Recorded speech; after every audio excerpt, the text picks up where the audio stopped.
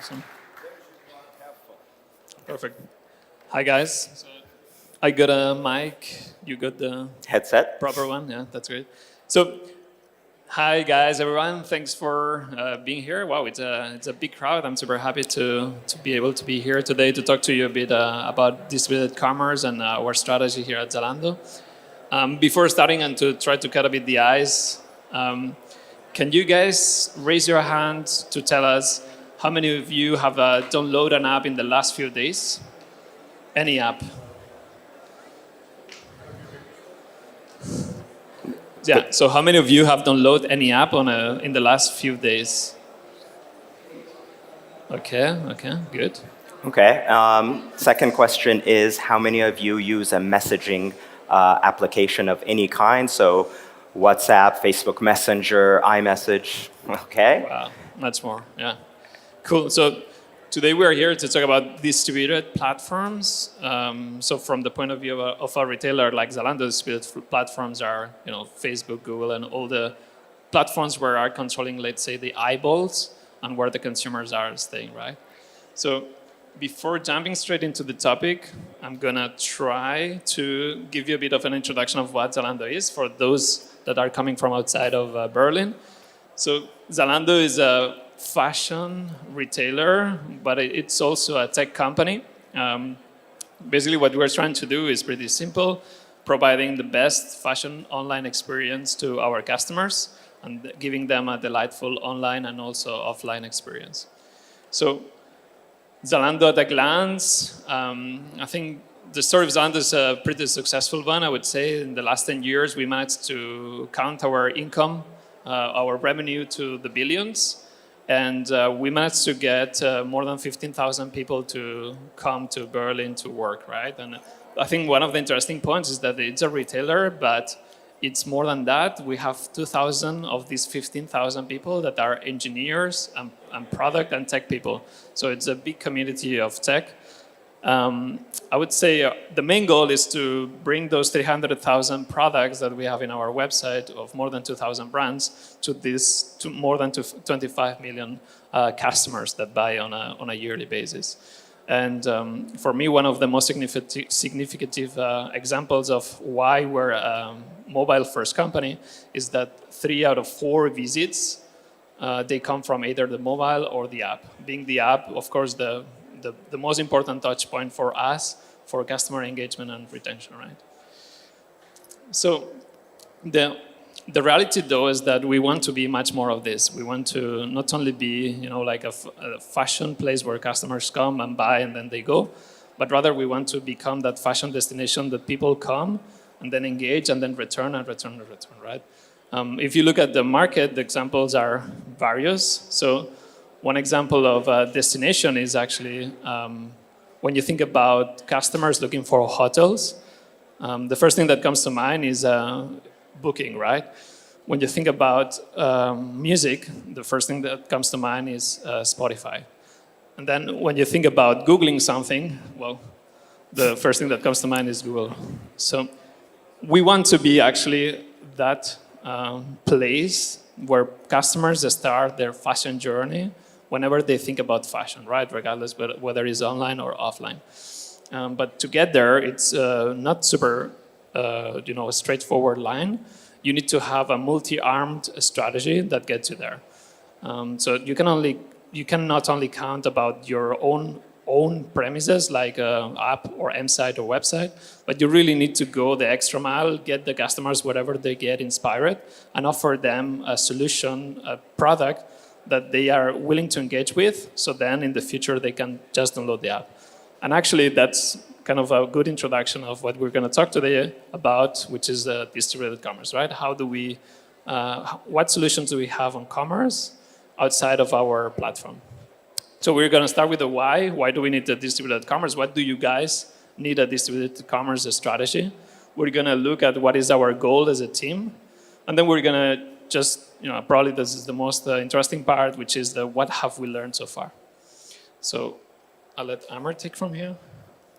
Thanks, Albert. So we're talking about the why and why we want to do this. So what we've been saying is being mobile first now is not enough and that you really need to be social media first. So from the questions we asked earlier, what we're seeing today is about 75% of the time spent on your mobile phone is in one of 3 apps. And then on top of that, the top 15 mobile apps are really dominated by Facebook and Google. So if you think about it from a Facebook perspective, you have Facebook, you have Instagram, you have WhatsApp. From a Google perspective, it's not just about Gmail, but you also have YouTube and Google Maps. So those 2 companies really dominate the app space. And then on top of that, in the US, we're seeing about 50% of people have not downloaded an app in the last year, or sorry, in the last month. And I think it was pretty consistent with the hands that we saw raised earlier. On top of that, very little time is spent in retail on the phone. So we mentioned before, a big chunk of it is really on entertainment and communication. So about 2/3 of time spent is on those topics. And retail is just a small sliver. It's about 3% of time spent on mobile.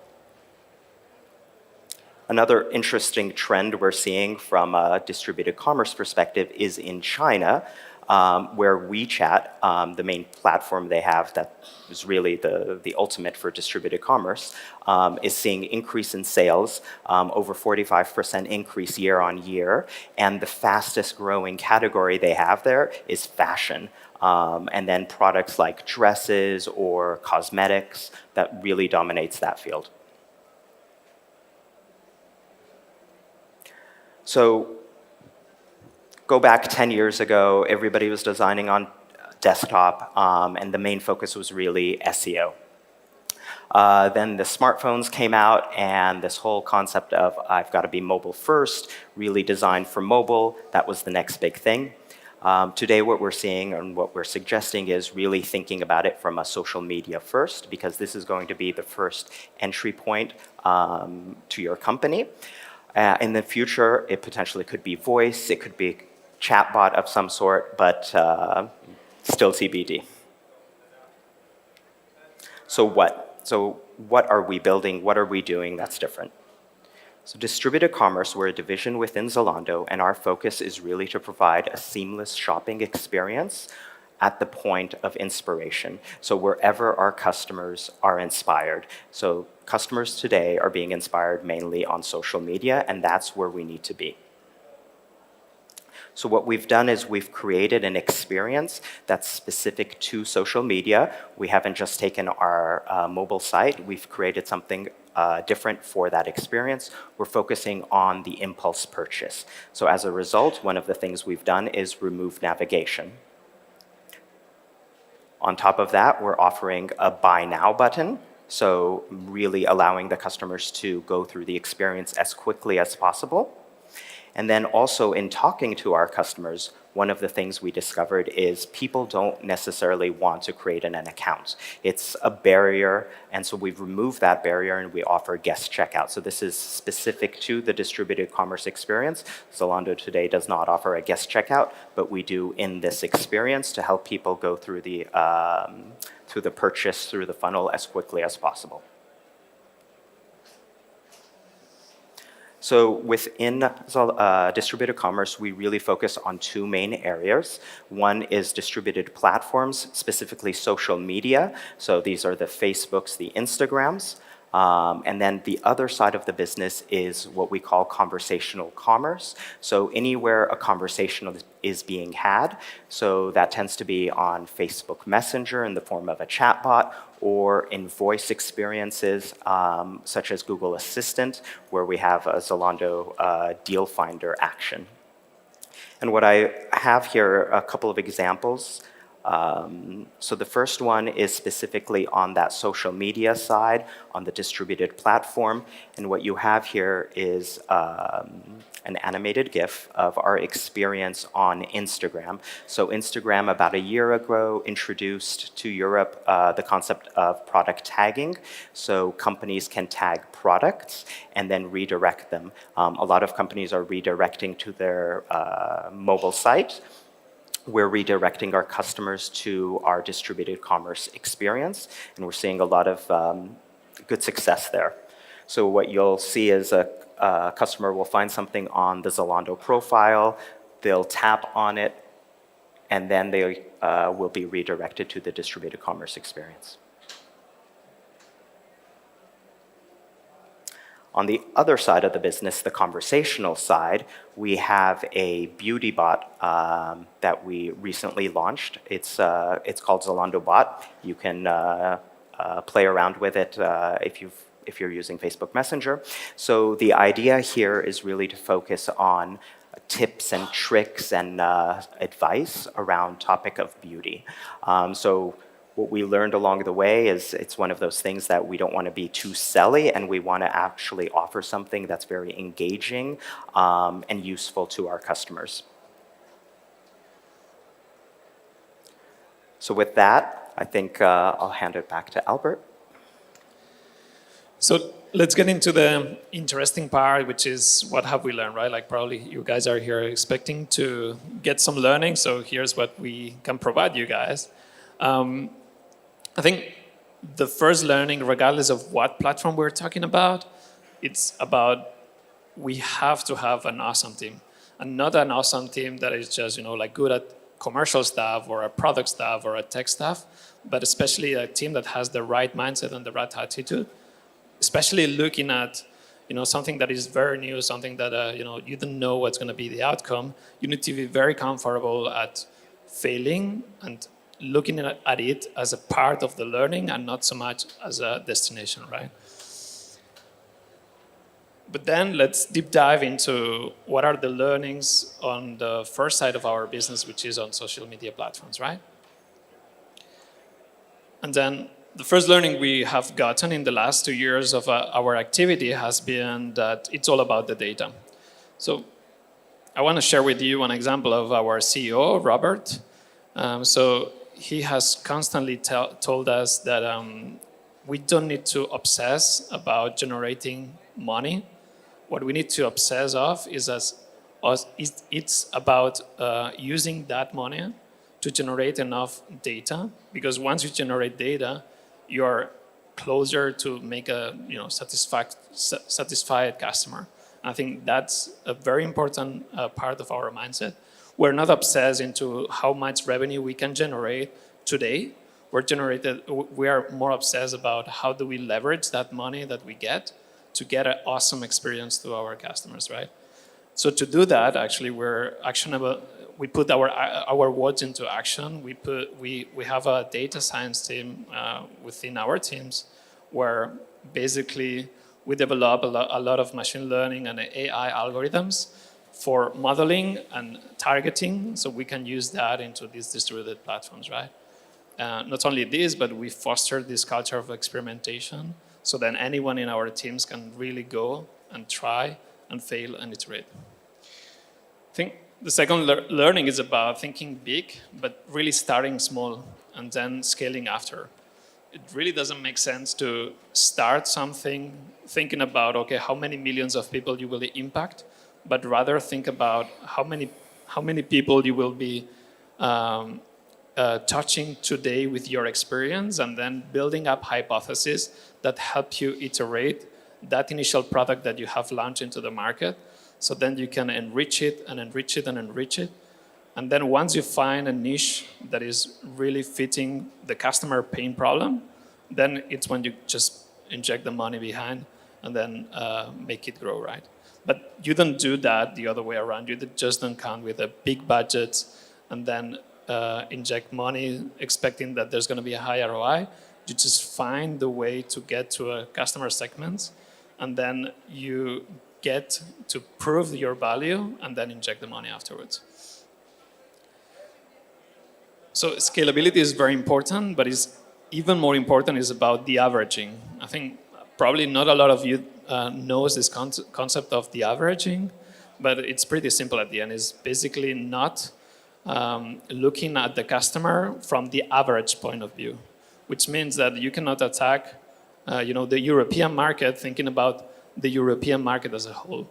You need to de-average the media, and then you need to enter one level down, let's say to country level, 2 level downs to customer segment, 3 level downs on what is this customer segment pain point, right? And so on and so forth. And then you get into the averaging your audience into a point where hopefully you will have enough audience in your de-averaging strategy that you will be able to attack several people at the same time. But ideally you want to be as sniper shot as possible, right? Ideally you want to go to talk to one-on-one person. And the fourth learning is about being patient. I mean, not a lot of us are patient today. Like I'm a millennial, so I want things happen now. But the reality is that being patient, it really pays off. So I remember when Amar and we started this a couple of years ago, we would be looking at the screen and then we would see like almost zero traffic, right? Because we would have to pitch to budgets to other sides of the company, and then they would give us, 3, 4, 5K to just test our crazy idea. And then we would be just sitting in front of the screen on Google Analytics, just looking at when a customer would start hitting our funnel, right? Like, okay, there is a customer going on site selection. There is a customer starting to registration. We would stop all our work and we would actually just, be like, yes, you're getting there, right? We would literally be cheering that customer on as they were going through our funnel. Exactly. And, the reality is that at the very beginning, we were having something like 1 order every week, maybe every 2 weeks. So that special moment was really meaningful, right? But iteration, evolution of the product, evolution of your marketing strategy makes it to the point where we are today, where we are generating around more than 1,000 orders a day. So, yeah, let's get into the conversational learnings. Yeah, so just as we learned things about social media platforms, we also learned along the way as we were designing and creating conversational experiences. So the first thing really is personalization is key. So people are expecting more in the sense that they're having a conversation for you, so it's a one-to-one communication. Having a website can be generic, and it will. Everybody expects it to be generic. They're not expecting it to be tailored to them. But when you have that conversation with somebody, they're expecting a unique personal experience, and you need to be able to work towards delivering that. Also, I think one of the things that we took away was really to focus on a specific customer problem. I think a lot of people, when they first start, the first reaction is, oh, okay, I want my bot to do everything. I mean, I know this is what we wanted when we first started. We want the bot to offer style advice. We want the bot to handle returns. We want the bot to do basically everything. And what you need to do is really focus on a specific problem and do that well before you start expanding beyond that. The example I like to give here is Air France. They have a chatbot that's specific to baggage. That's all the bot does, it's baggage topics. So when you have questions about how much baggage can I take on this flight, or what's the weight or the dimensions, the bot does all that. And so they're really focused on a specific problem. Also, I think what you need to focus on here is differentiated value that you're able to offer in the form of a conversation. So if you decide you want to take that web experience and put it into a conversation, that doesn't always work. So if you're having this conversation and you say, okay, what size are you? What color would you like? What style would you like? You're having this conversation, but it's taking way too long, and a person could have just as easily done this on the website with a few clicks in a matter of seconds. So you really need to focus on what you should be asking and what kind of conversation you want with your customer to offer that unique experience. And then finally, we alluded to it before for social media platforms, but these platforms are new, they're evolving, and changing customer behavior takes time. And so in the beginning, you really should be focusing on not the commercial side of things and not getting people to convert, but really the engagement and the retention. So this really should be the focus in the beginning so that you can improve that experience, and ultimately the commercial impact will follow. Yeah, so just to close a bit the loop of what we discussed today, your organization probably is focused on building the best app experience, probably is focused on building the best M-site experience, right? What we would encourage you is about taking a subgroup of people that have a specific mindset, people that have really they are not afraid of failing, that you give them enough power in their, controlling their own solution in terms of product, in terms of engineering, and in terms of commercial. So then they can go and then try things with the objective of failing.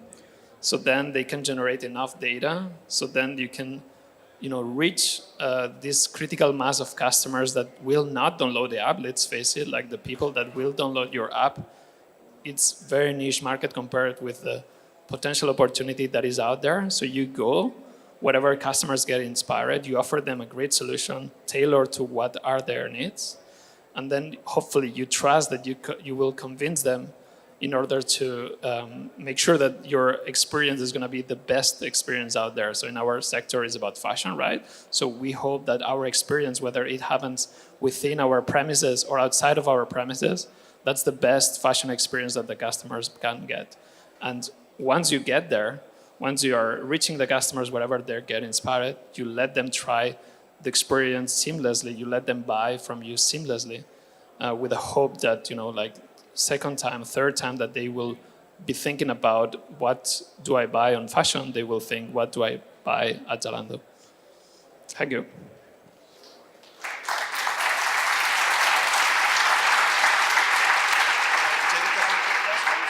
I think we've got time for maybe one or two quick questions. If anyone's got a question, raise your hand. I'll come out there with the mic, and then I'll run back here in case you need the mic. So is there any, who's got the first question? Anyone? Everyone understands everything. I got one question here in the back. Hold on a second. Hello. Can I ask you, please, have you ever tried have some programmatic or banner advertisement which going through the social media, not to the Zalando direct page, but the Facebook page or Instagram page? So we've tried to drive a link to the Facebook or Instagram page. Have we? Instead of driving it to Zalando. Yeah. So I can take that one. Yeah, definitely. We've tried it 1,000 times.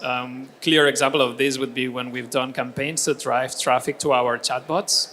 So basically, we've created chatbots on Facebook, and then how do you drive traffic? That's one of the main pain points. How do you make people discover that chatbot?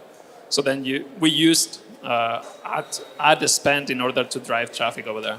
But again, always with the mindset of learning, not so much with the mindset of how can I monetize this right now? Cool. Thank you so much.